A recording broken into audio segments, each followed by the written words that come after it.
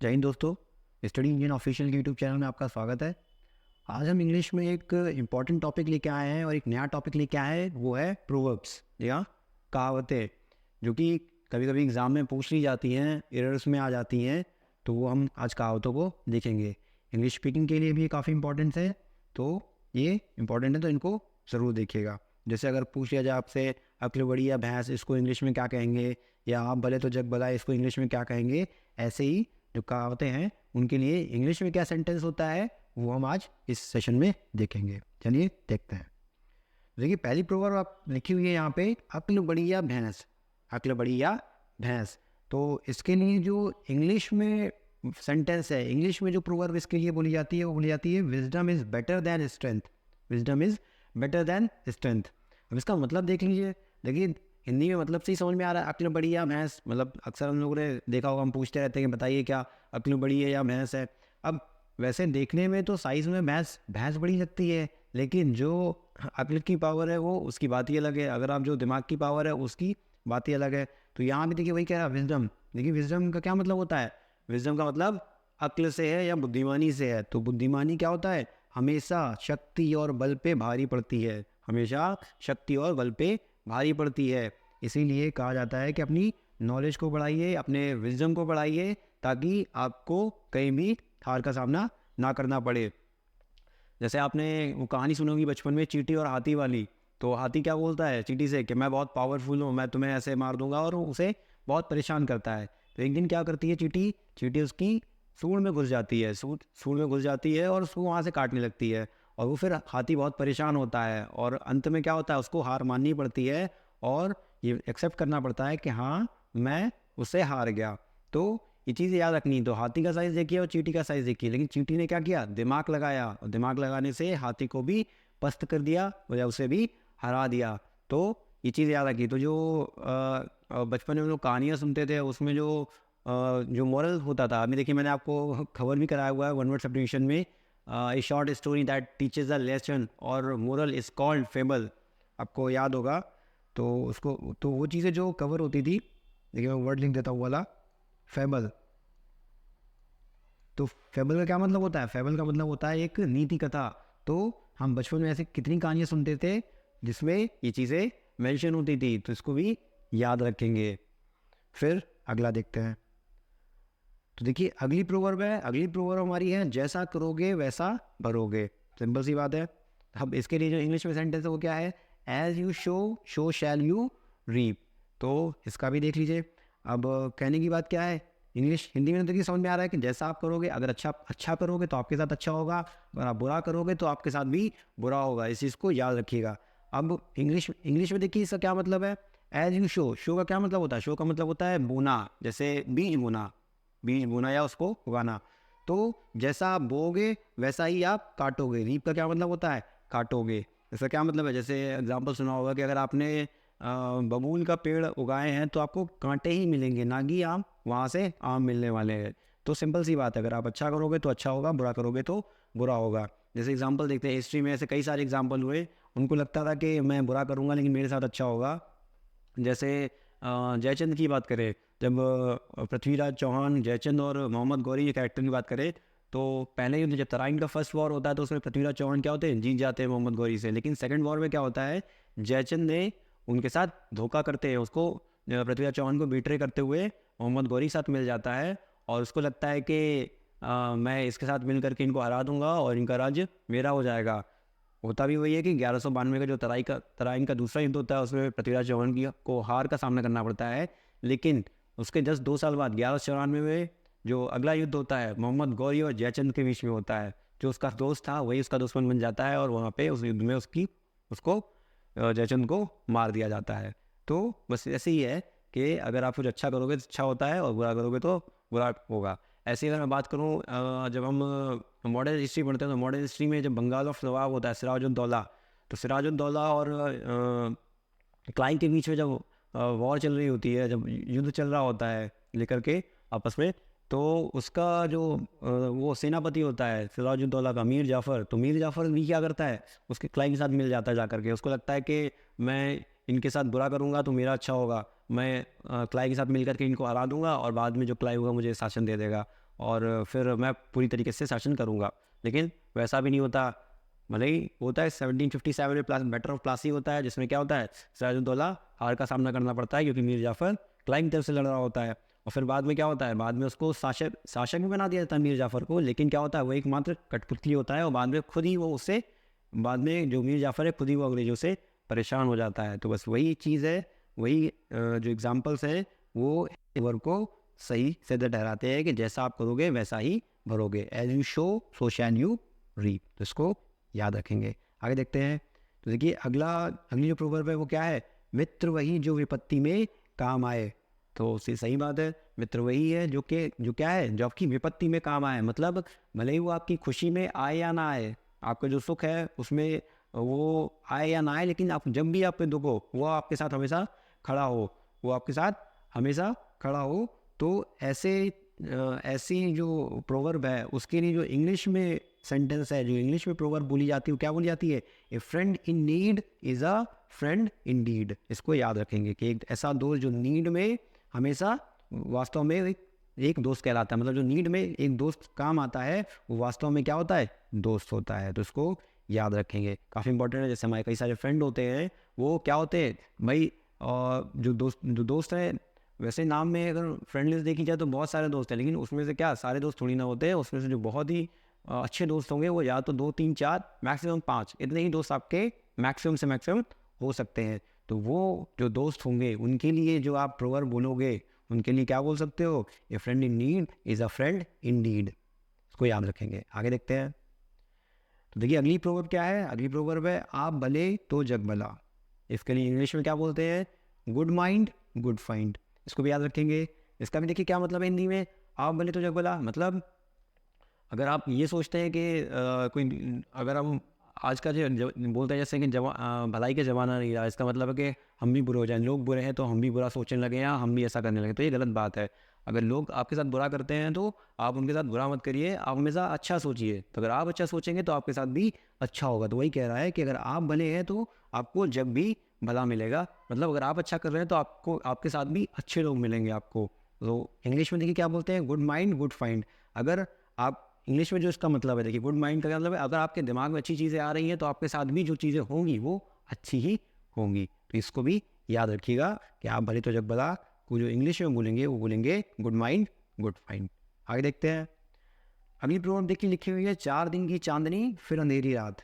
मतलब इसका क्या मतलब हुआ कि अगर कोई चीज़ है, कुछ जैसे नई चीज़ हमें अगर कुछ मिल जाती है, जैसे हम सैलरी की बात करते हैं, इसका एग्जांपल ले लें सैलरी का। जब हमारी सैलरी आती है तो हम क्या होता है, तो जब सैलरी स्टार्टिंग में आती है तो बहुत अच्छा रहता है, 4 दिन का मतलब कुछ दिन तो बहुत अच्छे कटते हैं। लेकिन जब मंथ का एंड होता है, जब सैलरी ख़त्म होने लगती है तो क्या होता है, फिर वही अंधेरी रात वाली बात होती है। फिर हम अगले मंथ की 1 तारीख का इंतज़ार करते हैं। तो उसी में हिंदी की कहावत क्या है, हिंदी में कहावत बोली जाती है, 4 दिन की चांदनी फिर अंधेरी रात। जब तक चीज़ें हैं तब तक तो बहुत अच्छा है, लेकिन जब चीज़ें ख़त्म होने लगती हैं तब फिर क्या होता है, अंधेरी रात आती है। तो हिंदी में क्या है, 4 दिन है, लेकिन अंग्रेजी में जो उसका प्रोवर्ब मतलब जो अंग्रेजी में एक प्रोवर्ब बोली जाती है वहाँ पे 9 दिन की बात की जाती है, ये 9 डेज वंडर। इसको याद रखिएगा कि हिंदी में 4 दिन की बात करेंगे, लेकिन जो इंग्लिश में बात की जाएगी वो 9 डेज़ की बात करेंगे। देखिए इससे कोई कनेक्शन नहीं है, लेकिन हिंदी में इस प्रोवर्ब का और इंग्लिश में इस प्रोवर्ब का जो मतलब है वो सेम है। इसको याद रखिएगा। ये नहीं है कि इसका ट्रांसलेट किया गया है, ये ट्रांसलेट नहीं किया गया है, बल्कि ये हिंदी में जो सेंटेंस लिखा हुआ है और जो इंग्लिश में सेंटेंस लिखा हुआ है इनका मतलब सेम है। इसलिए हिंदी के लिए जो प्रोवर्ब है वो इंग्लिश की प्रोवर्ब यहाँ पे बनाई गई है। तो इसको याद रखेंगे, 4 दिन की चांदनी फिर अंधेरी रात। तो इसको इंग्लिश का जो प्रोवर्ब होगी वो होगी ए 9 डेज वंडर। तो इसको याद रखेंगे, यहाँ पे 4 दिन है और यहाँ पे 9 दिन है। आगे देखते हैं।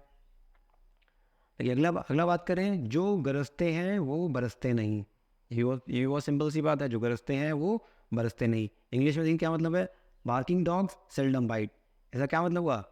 अब जैसे बादल की बात करें, अब हिंदी में जो मतलब है वो बादल के सेंस में कहा गया है, और इंग्लिश में प्रोवर्ब का जो मतलब है वो डॉग्स के सेंस में कहा गया है। अब एग्जाम्पल तो दोनों अलग अलग है, हिंदी में बादल के सेंस में, इंग्लिश में डॉग के सेंस में, लेकिन ये दोनों ही बातें एक ही हैं। इसलिए इंग्लिश में जो प्रोवर्ब है वो सेम है इंग्लिश में जो हिंदी प्रोवर्ब है वो सेम है इंग्लिश के प्रोवर्ब का मतलब के सेंस में। तो इसको याद रखेंगे। तो गरजते हैं वो बरसते नहीं। तो बादल की बात करें, आप सर देखा होगा जो बहुत गरजते हैं, पानी से पहले जो पानी नहीं देते हैं वो बहुत गरजते हैं, लेकिन क्या होता है बरसात होती नहीं है और फिर वो आगे ऐसे निकल जाते हैं। लेकिन जब बारिश हो रही होती है तो बहुत शांति से बादल आते हैं और बारिश करके चले जाते हैं।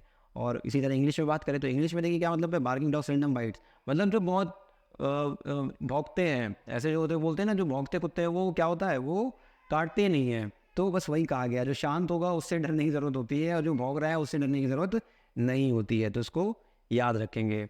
अब इसी में अब जैसे बात करने, जैसे भी व्यक्ति होते हैं तो व्यक्ति क्या होंगे कि बहुत से व्यक्ति होते हैं जो बहुत शांत होते हैं। तो शांत व्यक्ति हमेशा क्या होता है, लेकिन उसके अंदर क्या होता है, एक तूफान चल रहा होता है हमेशा। देखिए जब तो जो बहुत बोल रहा होता है उसका जो करना होता है, उसकी जो डूइंग होती है उसमें ज़्यादा इम्फेक्ट नहीं होता है। लेकिन जो व्यक्ति बहुत शांत होता है वो जब काम करता है तो वो बहुत इफेक्टिव काम करता है। तो इसमें इसको याद रखिएगा और अपना स्वभाव भी वैसे ही करने की कोशिश करनी, कम से कम बोलना चाहिए, ज़्यादा सुनने की आदत डालनी चाहिए और जब बोलना चाहिए तो इफेक्टिव बोलना चाहिए। तो ये चीज़ इंपॉर्टेंट है। वही चीज़ में कहा गया, जो गरजते हैं वो गरजते नहीं, इसके लिए इंग्लिश में बोला जाएगा वो बार्किंग डॉग सेल्डम बाइट। आगे देखेंगे, अगला देखिए प्रोवर्ब लिखी हुई है, बूंद बूंद से घड़ा भरता है, बूंद बूंद से घड़ा भरता है। देखिए इसमें एक बचपन में हमने कहानी सुनी है घड़े की और एक प्यासे कौवे की, याद होगा आपने। तो वहाँ क्या होता है कि एक कौवा होता है, वो बहुत प्यासा होता है। तो क्या होता है, इधर उधर भटक रहा होता है और अंत में क्या होता है, उसको एक मटका दिखाई देता है, मटका दिखाई देता है। तो वो वहाँ जाता है, उसके पास क्या होता है, देखता है उसमें झांक करके, तो उसमें पानी जो होता है उसका पानी का लेवल बहुत नीचे होता है, पानी का लेवल उसमें बहुत नीचे होता है। अब उसे प्यास लग रही होती है तो पानी कैसे पिए। तो उसके माइंड में आइडिया आता है, वो क्या करता है, वो एक एक कंकड़ को लेकर के आता है, उसमें डालना स्टार्ट कर देता है।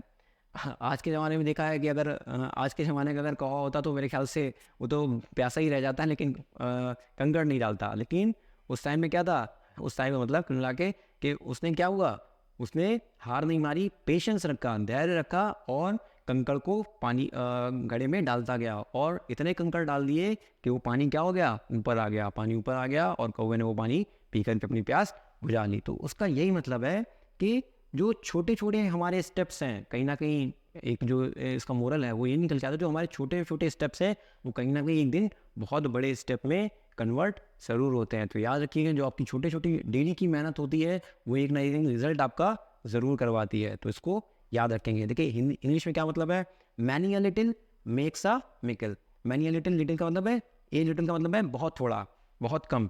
तो बहुत कम अगर मैनी है, मतलब बहुत कम कम भी आप कर रहे हैं तो वो क्या, एक बहुत अधिक संख्या वाला, बहुत अधिक क्वांटिटी वाला चीज़ बन जाता है। तो ये मतलब होगा। तो याद रखिएगा कि अगर बूंद बूंद से घड़ा भरता है प्रोवर्ब को इंग्लिश में बोलना होगा तो आप कैसे बोलेंगे, मैनी या little makes a Mikal. Little का मतलब बहुत कम और मिकल का मतलब बहुत ज़्यादा, बहुत कम कम मिलके बहुत ज़्यादा बन जाएगा। तो ये चीज़ याद रखते हैं।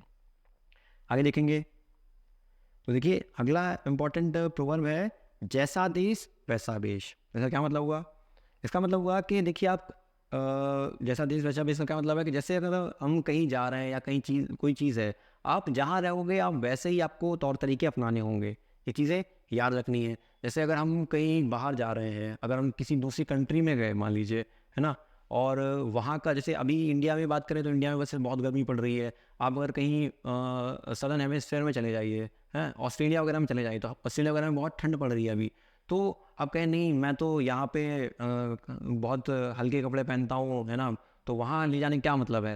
लेकिन आप वहाँ गए तो आपको पता चला, ऑस्ट्रेलिया गए तो बहुत ठंड लगी। तो कहने का मतलब यही है कि आप जहाँ जा रहे हो या जैसा इन्वायरमेंट है आपको वैसा ही ढलना है।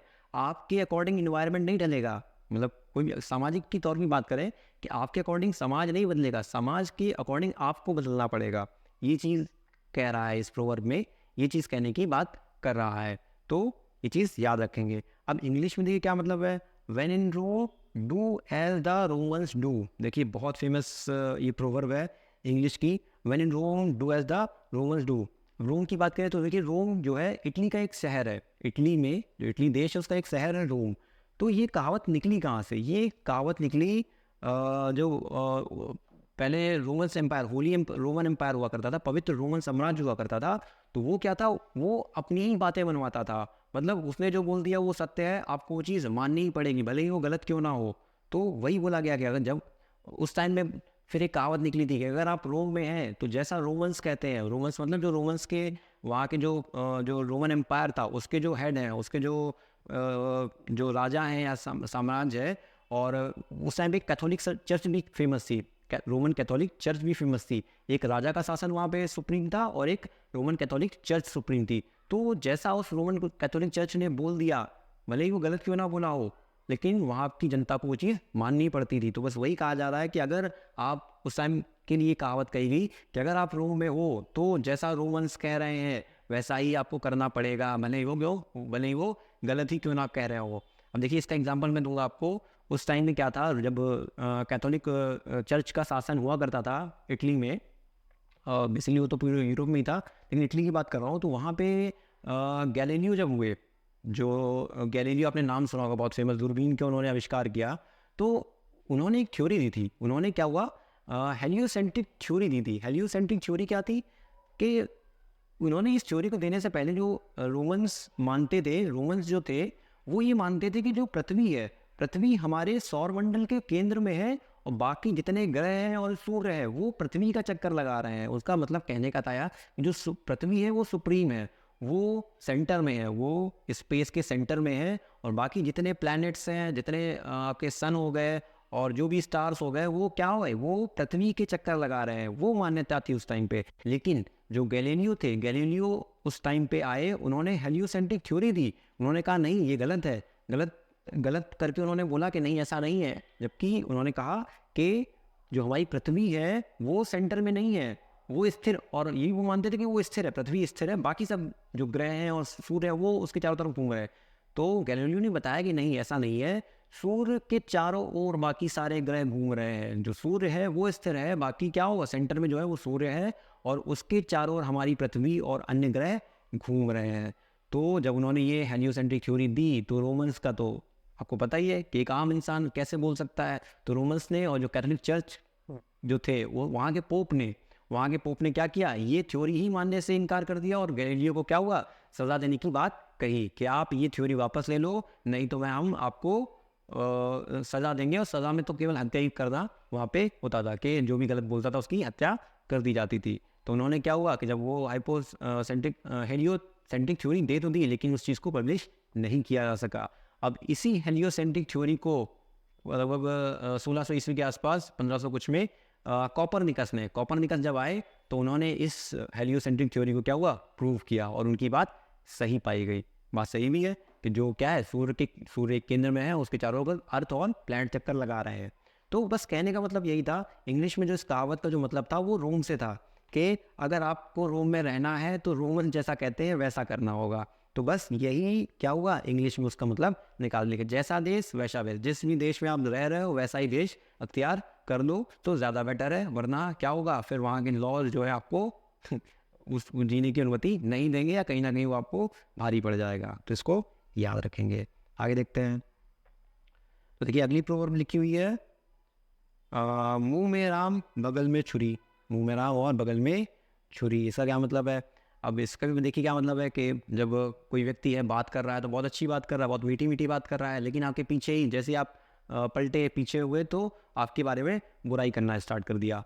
तो ये इस प्रोवर्ब का मतलब है कि मुंह में राम और बगल में छुरी। मुंह में तो राम राम जप रहा है, और जैसे ही बगल में क्या हुआ है, छुरी रखे हुए है। इसका मतलब है कि मुंह से तो बहुत अच्छी अच्छी बात कर रहा है, लेकिन जैसे ही आप पलटे और आपके पीठ पीछे क्या हो रहा है, वो आपके खिलाफ बहुत ही कटु बातें कर रहा है, बहुत ही बुरी बातें कर रहा है। तो बस यही इसका मतलब है।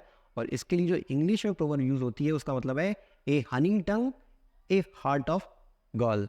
ए हार्ट ऑफ गर्ल, तो उसको याद रखेंगे। तो इसका क्या मतलब हुआ, हनी टंग का क्या मतलब हुआ, हनी टंग का मतलब हुआ एक, टंग का मतलब देखिए जीभ होता है, तो कहीं ना कहीं जबान से मतलब है कि एक मीठी बातें, मतलब मुंह पे क्या, मतलब मुंह पे क्या हो, जबान पे तो मीठी बातें हो, लेकिन पीठ पीछे क्या हो, उसके जो दिल में हो, दिल में क्या हो, कटु भरा हो। काल का मतलब होगा कटुता, और हार्ट हो गया दिल। के मुंह में तो उसका बिल्कुल शहद टपक रहा हो, बहुत मीठा मीठा बोलता हो, लेकिन उसका जो दिल है वो किससे भरा हो, बिटरनेस से भरा हो, मतलब कटु चीज़ों से भरा हो। तो इसको याद रखेंगे। तो एक तरह से क्या होगा, अगर हिंदी में अगर आपसे बोला जाए मुंह में राम बगल में छुरी, तो उसके लिए ए honey tongue A art of girl बोला जाएगा। तो ये इंपॉर्टेंट है, याद रखिएगा। आगे देखते हैं। देखिए आगे है, पैसा ही पैसे को खींचता है। पैसा ही पैसे को खींचता है, इसके लिए क्या बोलेंगे, मनी बेगेट्स मनी। अब हिंदी में देखिए इसका क्या मतलब है। पैसा ही पैसे को खींचता है, क्या मतलब है कि अगर आपके पास पैसा है तो आप उस पैसे से और भी पैसा बना सकते हो। अगर आपके पास दिमाग है और आपके पास आइडियाज़ हैं, इनोवेशन है, तो आप क्या करते हो, उसी पैसे से और पैसा बना सकते हो। तो बस इसीलिए जो इंग्लिश में सेंटेंस है वो क्या लिखा हुआ है, मनी बेगेट्स मनी। तो ये भी याद रखेंगे। अब जैसे क्या होता है कि जब जैसे जिसके पास पैसा बहुत हो जाता है तो वो क्या करता है, नए नए आइडियाज़ ला करके नए नए बिजनेस स्टार्ट करेगा। वो ये सोचता है कि इस पैसे को मैं कहाँ लगाऊं और इस पैसे से और पैसा कहाँ से बना लूँ। तो वो क्या होता है, नई नई जगह इन्वेस्ट करता है ना। तो नए नए बिजनेस खोलता है, नए नए बिजनेसेस आइडियाज़ आते हैं उसके अंदर। तो जब वो ये चीज़ में इन्वेस्ट करता है तो जब जाके उसके पास और पैसा आता है। तो बस उसी चीज़ को जो इंग्लिश में बोलेंगे वो कैसे बोलेंगे, मनी बेगेट्स मनी बोलेंगे। देखिए मैं ये आपको प्रोवर्ब करा रहा हूँ, तो ये प्रोवर्ब कहीं ना कहीं एग्ज़ाम में भी पूछी जाती है। प्रोवर्ब देखिए एग्ज़ाम में कभी कभी वैसे आ जाती है, आपका एरर्स के फॉर्म में पूछी जाती है। जैसे एक बताऊँ आपको, जैसे हर चमकती चीज़ सोना नहीं होती, हर चमकती हुई चीज़ सोना नहीं होती। तो उसके लिए जो इंग्लिश में वर्ड है, इंग्लिश में जो सेंटेंस है, प्रोवर्ब है, वो क्या है, उसके लिए है ऑल दैट